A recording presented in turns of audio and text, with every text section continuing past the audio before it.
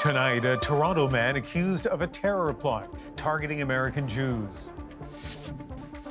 They stopped the car, they blocked it in, and they threw in the flash grenade. Arrested in Quebec, just kilometers from the border, allegedly with a disturbing plan, a mass shooting in New York. Saskatchewan students in shock after witnessing a horrific attack. And I'm still shaking. A 14-year-old girl now charged after lighting a classmate on fire.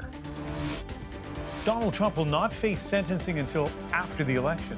It's a momentous victory for Trump. I call it the Department of Injustice. As the former president rails against the multiple legal cases against him. From CBC News, this is The National with Ian Hennemensing. The RCMP has arrested a Pakistani national who was living in Canada, stopped, according to the U.S. Attorney General, before he could carry out an ISIS-inspired terrorist plot to kill as many Jewish people as possible. Police say Mohammed Khan was arrested in Ormstown, Quebec, while attempting to cross into the U.S. His target, the Jewish community of New York. His alleged plan, in his words, the biggest attack on American soil since 9/11. The RCMP says the public was never in any immediate danger. Evan Dyer explains why and how police say they foiled the plan. On Wednesday afternoon, police descended on Ormstown, Quebec, a quiet town just 20 kilometers from the U.S. border. Right here, they stopped the car, they blocked it in, and then they stopped it here and they threw in the flash grenade. Local residents photographed the arrests involving dozens of heavily armed officers. They had a woman that was handcuffed on the front porch, and then they had a gentleman sitting on our front lawn, handcuffed behind him. A criminal complaint filed by the U.S. Justice Department says 20-year-old Pakistani national Mohammed Shahzeb Khan had been under surveillance for at least 9 months. He allegedly traveled from Toronto through Montreal on Wednesday, using 3 different cars, intending to cross the U.S. border with the help of a smuggler, who was to be paid in cash. Khan was allegedly motivated by ISIS, targeting a Jewish center in Brooklyn, New York, associated with the Hasidic community. The attack apparently planned for October 7th, the anniversary of the brutal Hamas assault on Israel. Prosecutors say he told his co-conspirators in the U.S. to acquire rifles, ammo, and tactical gear, as well as some good hunting knives so we can slit their throats, and bragged, "If we succeed with our plan, this would be the largest attack on U.S. soil since 9/11. But his co-conspirators were actually FBI undercover agents. Once we uncovered this threat, we worked with our partners in Canada to arrest Khan before he could carry out his deadly plot. Counter-terror experts say not everyone who comes under surveillance for online activity puts their ideas into action. So I believe this was one of those situations where the FBI, in collaboration with the RCMP, were monitoring the activities of this individual and waiting for an opportunity to see that it was more than just online chatter. ISIS lost its stronghold in Iraq and Syria in 2017. But the group still recruits online, and last month staged an attack in Germany. They're going for these horrific one-offs with younger people, and there's less chance for them to be scrutinized because they just don't have as much life experience. And Evan, it's still not clear exactly how Khan ended up in Canada. No, we still don't know what kind of visa he came in on, but this is the second recent instance where individuals loyal to the Islamic State have been able to come into Canada. Just back in July, we saw the arrest of the Al-Didis, father and son, who were in the late stages of planning an attack in Toronto. Both also had pledged allegiance to ISIS, and both had defeated the Canadian screening system, and Al-Didi Sr. had actually become a Canadian citizen. So this is likely to raise some questions about the screening of people coming into Canada, and it might raise political questions south of the border also about whether Canada is doing enough to prevent becoming a backdoor for jihadists who want to get into the United States. Evan Dyer in Ottawa tonight.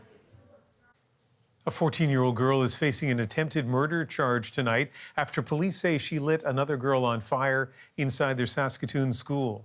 Now, students who witnessed the attack are sharing the disturbing details. Alexander Silberman now with what they saw and how they're coping. At a Saskatoon high school, students gathered, still in shock. Their 15-year-old classmate in hospital with serious injuries after another student lit her on fire. I didn't believe it was real. Grade 9 student Sophie Hubbard and Lexi Sparvier had just left social studies class at Evan Hardy Collegiate when they came upon the horrifying scene. We saw the girl put something to her hair, and her hair went on fire. Then her body started to light on fire, and she started to scream. Lexi says she called 911, the smell of burnt hair filling the hallway. Teachers desperately trying to put out the flames for nearly a minute. I'm still shaking a little. Police say the alleged assault happened shortly after noon. A teacher also injured while putting out the flames. An officer was already at the school dealing with another matter. Investigators say that allowed for an arrest within 1 minute. It just looked so scary, and it looked so unreal, and I didn't know what to do. And I felt so useless by just standing there, but I didn't really know what I could have done. The 14-year-old accused of the attack, who could not be named, made her first court appearance Friday, crying throughout. She's been charged with attempted murder, aggravated assault, and arson. Members of the victim's family also there, weeping through the proceedings. It was just unreal. The mother of the girl who called for help, proud of her quick response. I'm not sure how we're going to cope with it, but it's going to take a lot of time. As for the girls who witnessed the incident, they say they're not sure when they'll be ready to go back to school. Yeah, I'm worried for her, And she didn't deserve that. Here at Evan Hardy Collegiate, dozens of students are gathering tonight, many laying signs and flowers in support of their classmate and waiting for word on her condition. And Alexander, we've heard that some students aren't ready to head back to class, but school is set to resume next week. Well, Ian, students are being given some time to process what they've experienced. They're going to continue to be offered counseling services over the coming days. Now, educators will be back in the classroom on Monday, and the school's principal announced that students will be returning on Tuesday, but acknowledged for many it could take more time to cope with what happened. Alexander Silberman in Saskatoon tonight. A Toronto man has been charged with 2 counts of uttering threats in connection with a video posted on TikTok threatening the Prime Minister and Deputy Prime Minister. Are you listening, Trudeau, Freeland, Gibbles? I hope so. The nearly 11-minute video was posted earlier this week. In it, Andrew Marshall describes in detail how he would kill Justin Trudeau and Chrystia Freeland, while also taking aim at perceived limits on freedom of speech. He appeared in court today and was granted bail. An intense day-long manhunt is over in eastern New Brunswick. RCMP say they've now arrested the 47-year-old suspect in a fatal shooting yesterday afternoon. That had prompted an emergency alert asking residents around Escanoadish First Nation, also known as Burnt Church, to stay inside and keep their porch lights on. An Ontario teacher now faces 18 sex-related charges involving her students at a Catholic elementary school. As Jenna Benchatrit explains, it began with a single complaint to investigators. For the Ontario town of Port Hope, a disturbing start to the school year. Yeah, it's pretty disgusting. Grade 8 school teacher Kellyanne Jennings faces a total of 18 charges for alleged sex crimes involving current and former students. It's a small town and everybody kind of knows everybody here. Jennings was first arrested at her home in Peterborough in August after a student reported her for sexual assault. His mom contacted us that he had confided in his mom that, some touching had occurred with his teacher, and it occurred on a class trip. Jennings was rearrested this week after police uncovered 3 other alleged victims, all former students. Police suggesting the case is atypical. In my career, there's been one other female that was charged with sexual assault offenses, but I would say 90% of the time, the predators are male. The charges against her include making child pornography, sexual touching, and child luring. Jennings is certified by the Ontario College of Teachers under her maiden name, Bissonnette. She's married. She had been teaching at St. Anthony Catholic Elementary School for 16 years. Some alleged victims are now high schoolers. My primary concern is to ensure that our students, our staff, and our families feel supported. This school board representative says the board took swift action when Jennings was first arrested. We immediately placed the teacher on administrative leave that prohibited her from contact with any of our students. The school board says it conducts criminal background checks. We do take any allegation of staff misconduct very seriously. CBC News reached Jennings' defense lawyer, who declined to comment. Jennings was released on bail on Thursday and is expected to appear in court in October. Jenna Benchitrit, CBC News, Port Hope, Ontario. A New York judge has postponed Donald Trump's sentencing in his hush money case until after the U.S. election. As Chris Reyes explains, this is a victory for the presidential candidate both in court and on the campaign trail. Trump is guilty. Facing potential jail time in his hush money case, Donald Trump just got a reprieve. No sentencing decision until after the election. It's a momentous victory for Trump, who has tried everything possible and has cited the reputational harm that he would absorb if he were sentenced before. In a new ruling from New York Justice Juan Merchan, Trump's sentencing was moved from September to November 26. Merchan wrote, "The public's confidence in the integrity of our judicial system demands a sentencing hearing that's entirely focused on the verdict of the jury," adding that it should not be diluted by the enormity of the upcoming presidential election.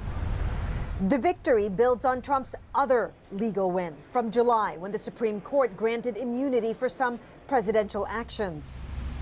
It really did complicate all of the legal cases moving forward, and certainly is pushing them out past the election from a scheduling perspective. No one is above the law. Outside a different courthouse in New York, another legal battlefront for Trump. His team is requesting a retrial in the civil defamation and sexual assault case against Trump from the writer E. Jean Carroll. She won the case last year. As he's done following most of his court appearances, Trump took to the podium. Because it's about a former president of the United States who is now leading in the polls to be the president again. I call it the Department of Injustice, because they're using the Department of Justice to rig the campaign. With Justice Merchan's ruling, Trump has arguably jumped his biggest legal hurdle before the November vote. The question now is what happens to those cases should he win or lose the election. Chris Reyes, CBC News, New York. The 14-year-old accused of Wednesday's deadly school shooting in Georgia made his initial appearance in court, and less than an hour later, his father was in front of the same judge. Possible penalty for the charges that you currently are facing of 180 years imprisonment. Colin Gray sobbed and rocked in his seat as he faced charges of murder and manslaughter. He allegedly helped his son get the weapon he used to kill 4 people Wednesday at his high school. Cole Gray is being charged as an adult with 4 counts of murder. A Turkish-American activist was killed during an anti-settler protest in the West Bank. According to other protesters at the scene, she was shot and killed by Israel's military.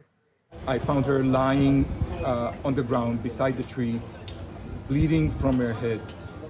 I put my hand under her head to try and stop the bleeding. But it was too late for Aishanur Sgag, the 26-year-old pronounced dead at a hospital in Nablus. They killed her. They shot her in the head. We deplore this tragic loss. The U.S. Secretary of State offering condolences but laid no blame. First things first, let's find out exactly what happened. Activists say clashes, including stone throwing, started after Israeli soldiers arrived. What happened today is no accident. Israel's military says it's looking into reports its troops killed AG while shooting at a, quote, instigator of violent activity. Canada's unemployment rate is on the rise, hitting its highest point since May of 2017, excluding the peak period of pandemic restrictions. Overall, the unemployment rate hit 6.6% in August, just slightly higher than July. This is part of a sustained climb since the summer of 2022. Anis Haidari now on the increasingly difficult path to getting a job and why today's numbers could put more pressure on the Bank of Canada.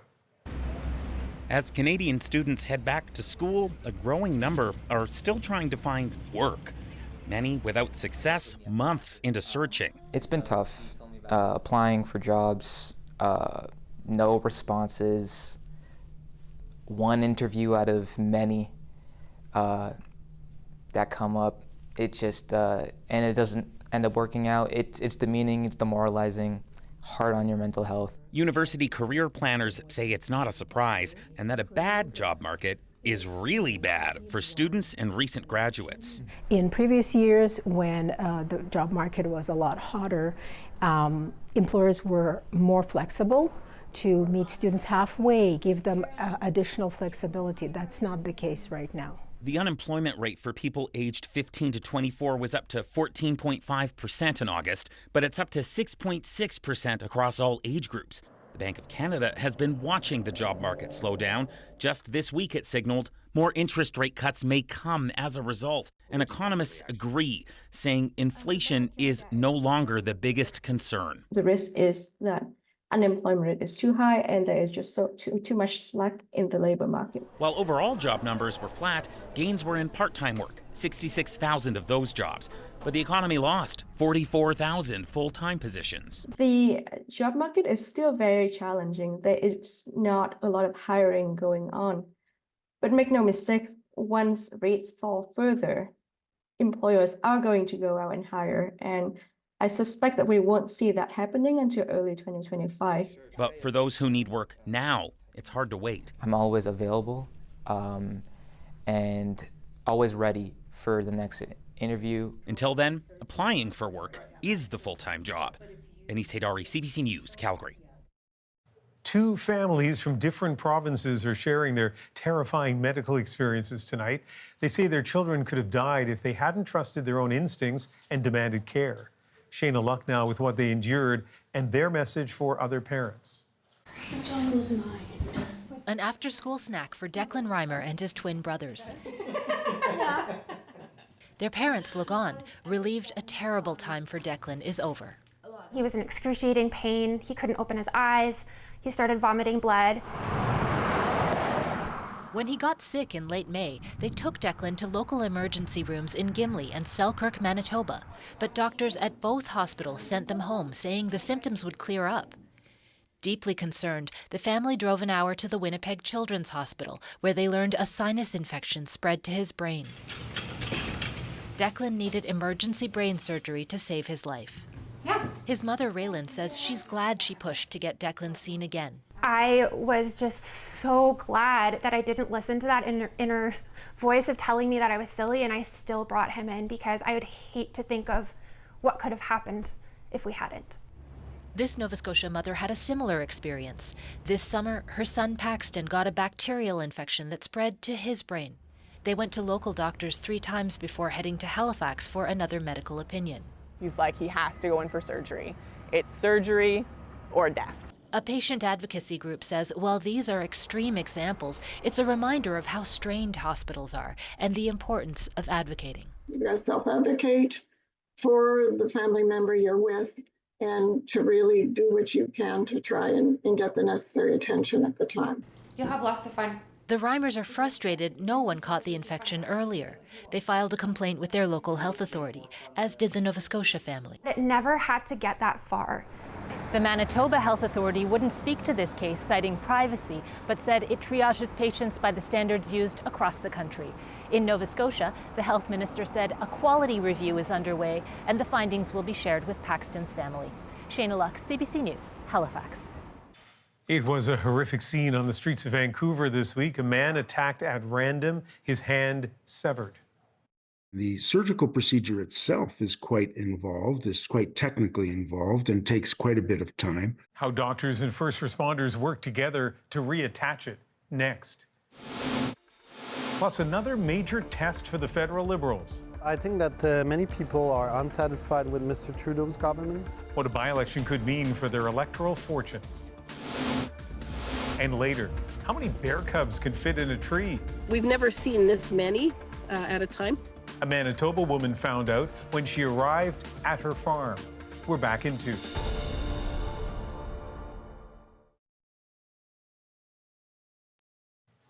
The survivor of Wednesday's brutal and random knife attack in Vancouver has a long recovery ahead of him, but police say surgeons have been able to reattach his severed hand. Susanna De Silva explains how that's done and how the investigation is progressing. And a warning, some of the images are graphic. As police investigate Wednesday's knife attacks in downtown Vancouver that killed a 70-year-old man, they're still searching for a key piece of information. We don't yet know if he has a next of kin. We don't think he does, and we haven't been able to find a next of kin. The attack also seriously injured a 56-year-old man whose hand was severed. He's seen here in a photo provided to CBC News.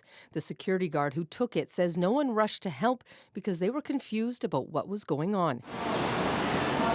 When police arrived, they were able to apply a tourniquet, and in hospital, his hand was reattached.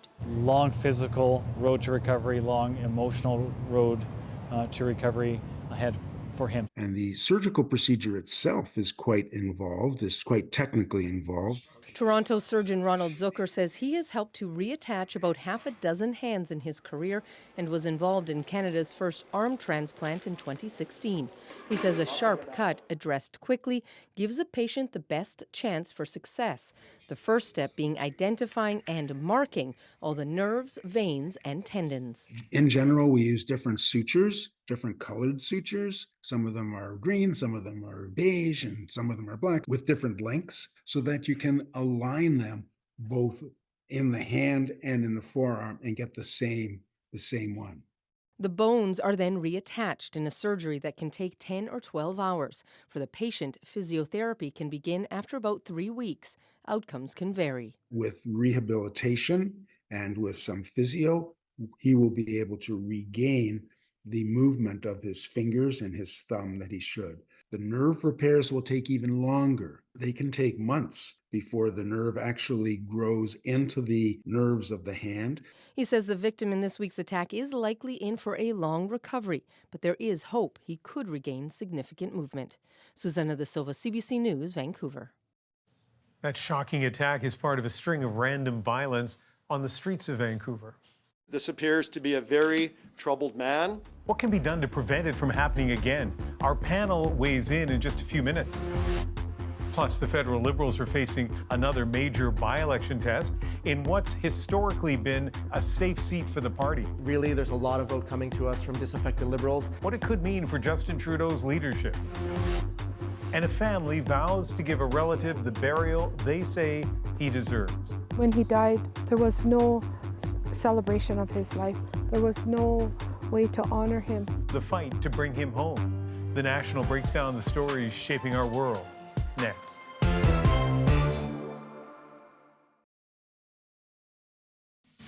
19-year-old from Canada will not be denied now in the final 5 meters. Massabie to the wall, but Canada takes gold in world record time. A stunning swim for BC's Sebastian Massabie. The 19-year-old won the men's 50-meter freestyle and set a new world record at the Paralympic Games in Paris. Canada also striking gold in the men's 100 meters as wheelchair racer Cody Forney sped to a new Paralympics Games record, while Toronto's Jesse Zesu captured silver in the men's discus. Canada now has 23 medals, including 8 gold. Advanced polls have now opened in 2 federal by-elections, one for a seat in Montreal that has been a Liberal stronghold, but this time it's shaping up to be a 3-party race. And as Rafi Boudjikanian shows us, a loss would be another massive blow for the Trudeau government.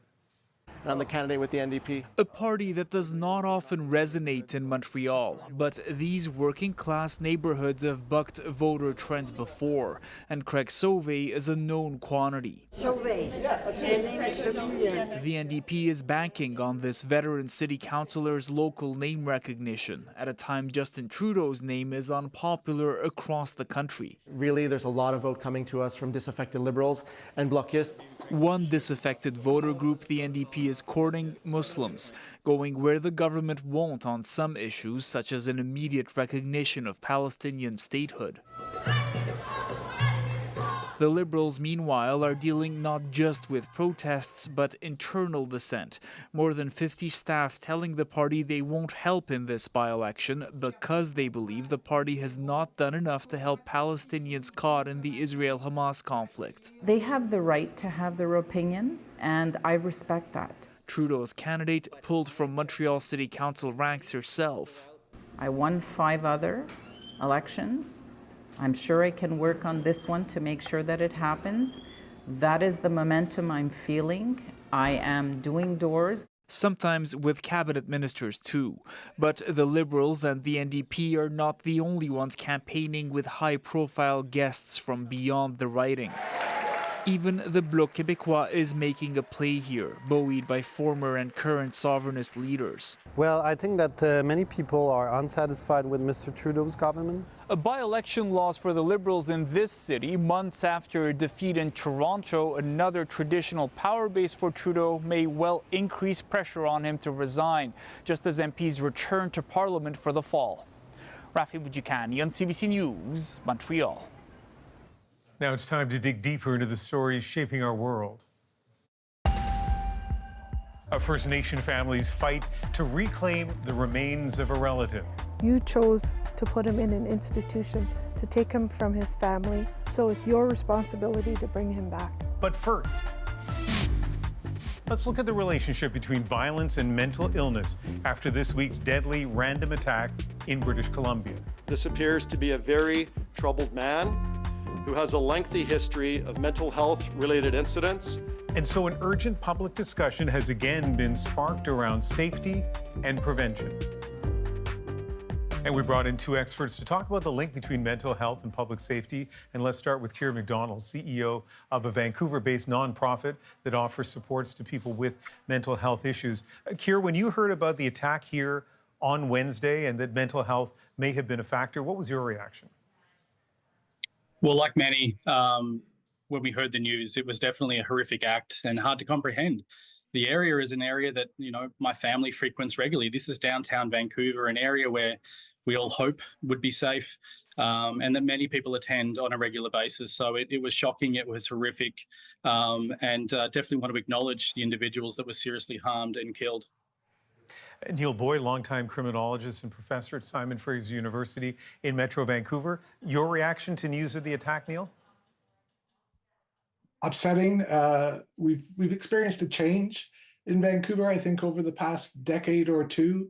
We can even go back to 1970s and to deinstitutionalization and the problems that it created and our general lack of investment in mental health services. I think that continues to be a problem. I want to play a clip. This is Vancouver Police Chief Adam Palmer shortly after Wednesday's attacks. What I can tell you is that this appears to be a very troubled man who has a lengthy history of mental health-related incidents, which have resulted in more than 60 documented contacts with police throughout Metro Vancouver.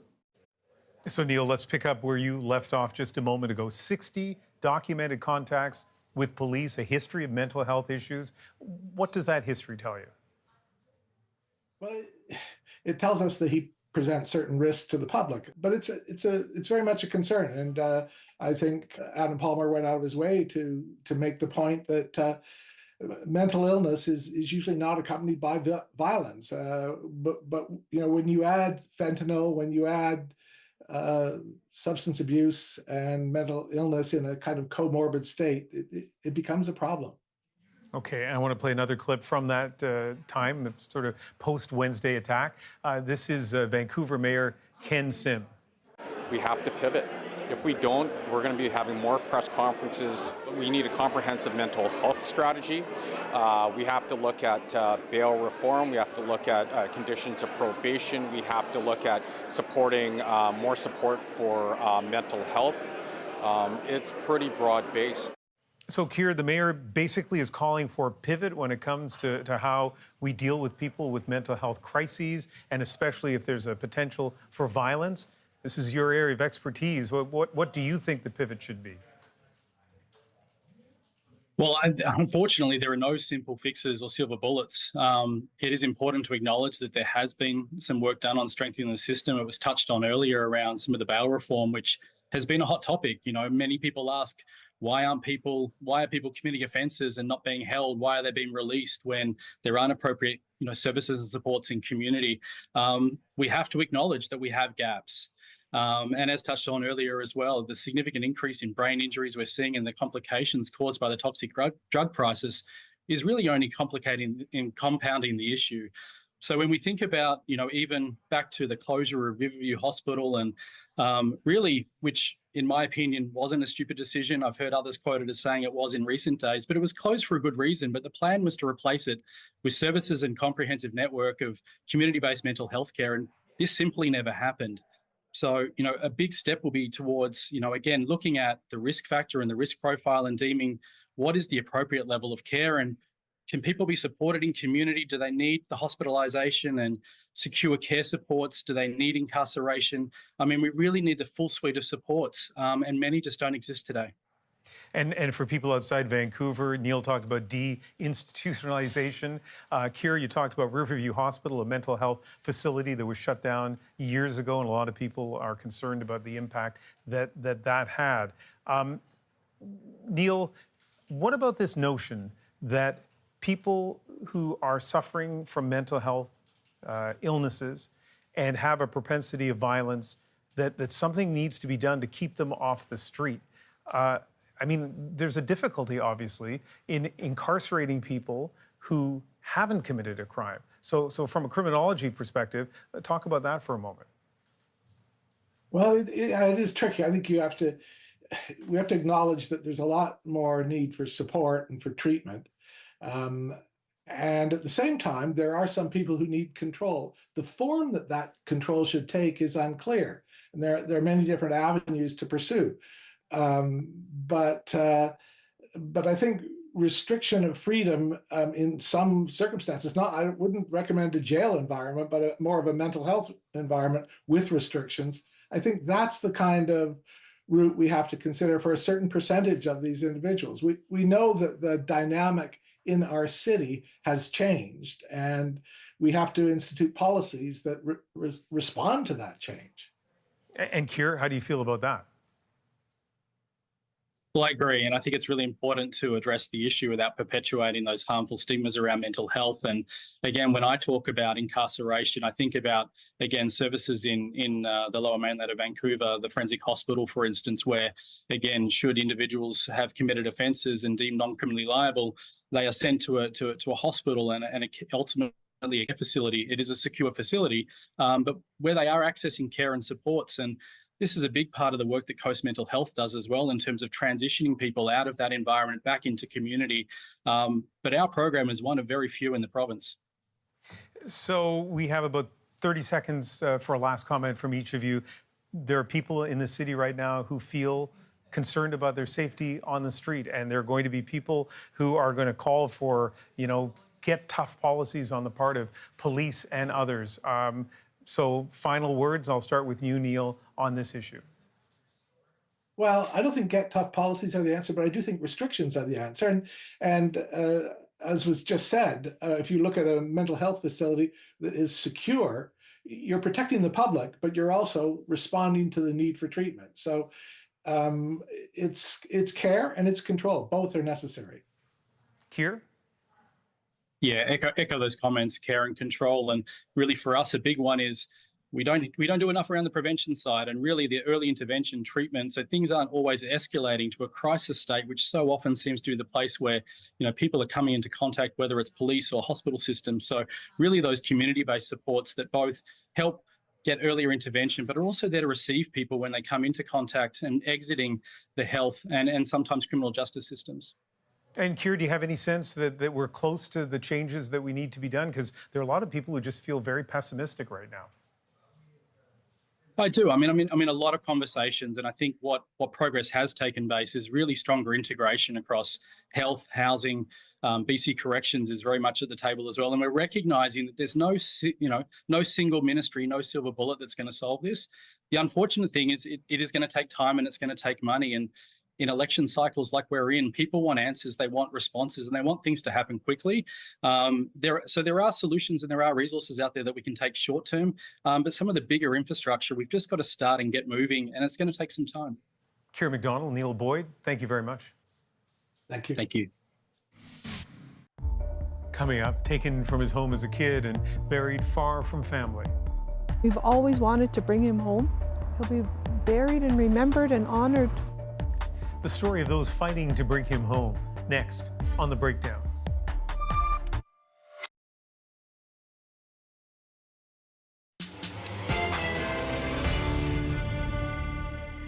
One family's fight to reclaim the remains of a long-lost relative. When he died, there was no celebration of his life. There was no way to honor him. A personal story that reflects the experience of people in communities all across the country fighting for reconciliation. It's been a long road for the family of Percy Onabagan. Taken from his home as a child, he died years later, far away from them. Sarah Law shows their struggle to bring him back home.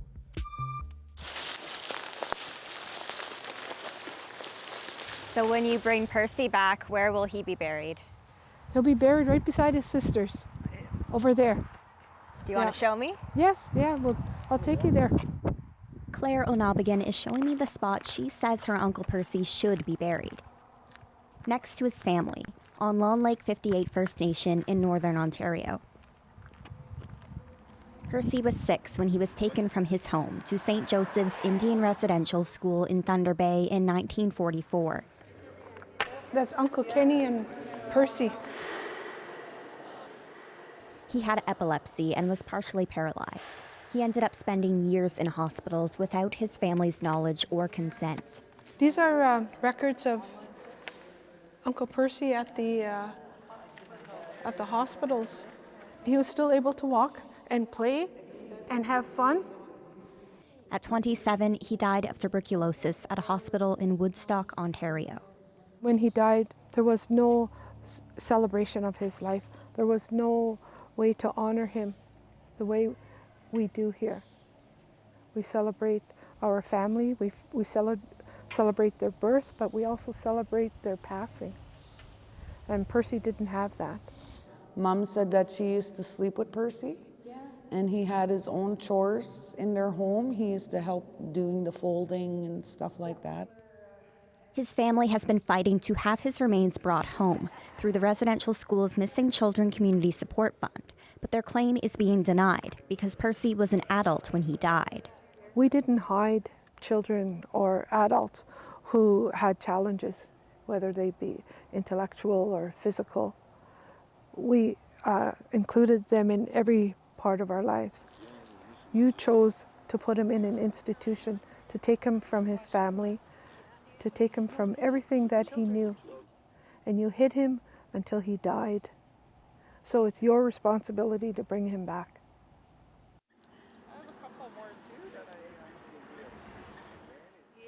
Percy's story was shared in the Sites of Truth, Sites of Conscience report released this summer. Kimberly Murray gathered the testimonials for that report. The family didn't know about these transfers, didn't consent to these transfers, and finding out that he died at the age of 27, with the family not knowing what happened to him, where he was buried. Murray says the failure to bring Percy's remains home is a breach of international law. This country has signed onto the UN Declaration of the Rights of Indigenous People. Article 12 of that declaration says that Canada has to support the repatriation of Indigenous human remains. We do not have a national repatriation law in this country, and so we need to think about what type of legislation we can implement. When asked for comment, the federal government did not speak directly to this case, but says they are continuing with research and fieldwork at St. Joseph's Indian Residential School. If I can ask a question? Saul Mamakwa is a residential school survivor. He's also a Northern Ontario MPP. I would call on Doug Ford. I would call on Justin Trudeau to provide the resources to bring Percy Onabagan home. Reconciliation cannot be just words anymore, and reconciliation means that we bring Percy home. This is where Percy will be buried, right here. The Onabagan family isn't giving up hope. Right beside his family. So what will it mean to have him here with his sisters? Well, that he's not forgotten. We've always wanted to bring him home. He'll be buried and remembered and honored like the rest of his brothers and sisters were. Percy didn't have that. So that's what this will do. By bringing him home, he has finally back where he should have been all those years ago. Such a personal story for Percy's family members, Sarah. What was it like to speak with them? Well, it's clear that they're a very close-knit family. I mean, as a group, they took me to the land where Percy grew up, the community's old cemetery, and the spot that they've reserved for him. And I can tell just how much it means to them to bury him there. And any sense of where this story will go from here? Well, before her mother died, Claire O'Nobigan made a promise to her that she would bring Percy's remains back home, no matter what it takes. Claire actually did her thesis on the impact of the residential school system on her community, so this really means the world to her. And when I spoke with Kimberly Murray, she said that a lot of other families are in this situation, and what she wants to see is a national repatriation law put in place to really further the country's commitment to reconciliation. Sarah Law in Thunder Bay, thank you. Many residents of a First Nation near Toronto live without reliable access to safe tap water. Jayla Bernstein visited 6 nations of the Grand River to hear from those affected. Here's a preview of her story.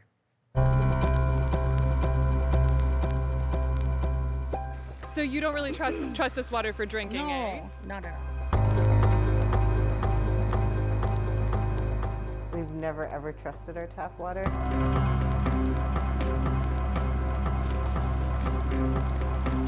It doesn't work how it is, and if it was working the way it should be working, I would be retired.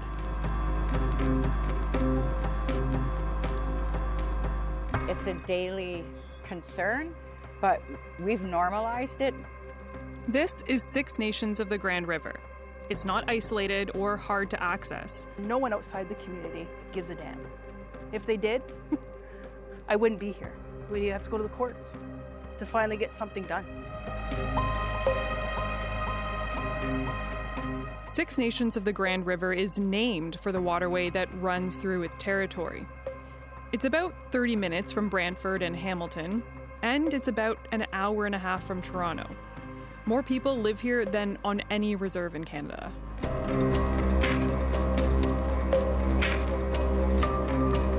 So why is it that in 2024, people here say they can't trust their tap water? That's why we're here, to spend a couple days with locals and to understand their reality. Jayla's story looks at the accountability for this decades-old problem and what's being proposed now. That's in the days ahead on The National. Up next, 7 black bears make an appearance. The rare sighting on a Manitoba farm in our moment.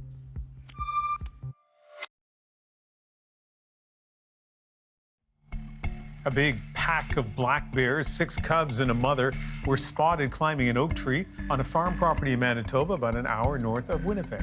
The sighting captured by the farm's owner, who stopped her car to record it. And tonight, the sleuth of bears, you can look it up, makes our moment.